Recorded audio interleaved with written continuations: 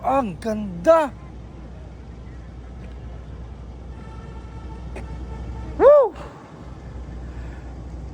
Mga karonda, ang hirap explain yung feeling ko ngayon.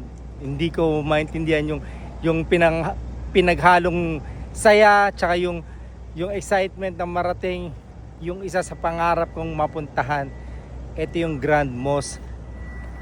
Ayan siya.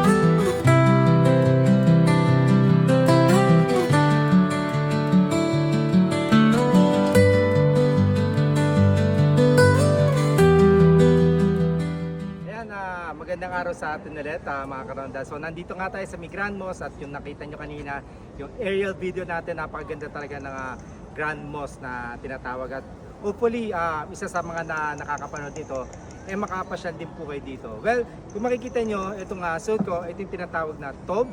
So ito po yung proper dress code nila kapag pupunta kayo sa pinakaloob. Ang tinatawag naman sa simba nila is Sambahayan. So tara, tingnan natin yung loob ng Grand Mosque dahil sobrang excited na ako. Sobrang gusto ko talaga makita to at yun. Pinagbigyan tayo ni Kuya na papakita sa amin yung loob. So tara, pasok tayo sa loob. Let's go.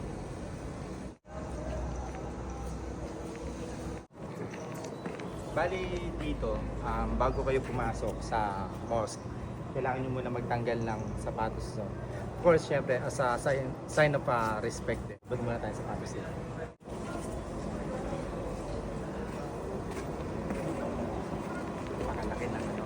Napakalaki po ng Grand Mosque.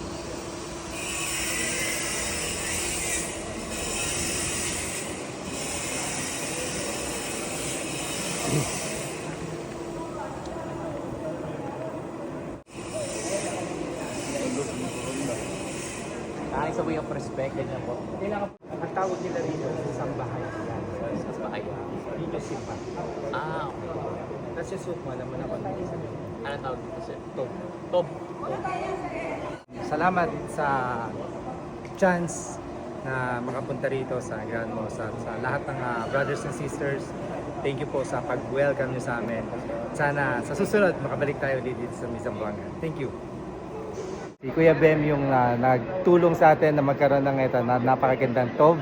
So thank you Kuya Bem. Shout out sa mama ko sa dyan sa Quezon City at sa mga kapatid ko po. Thank you.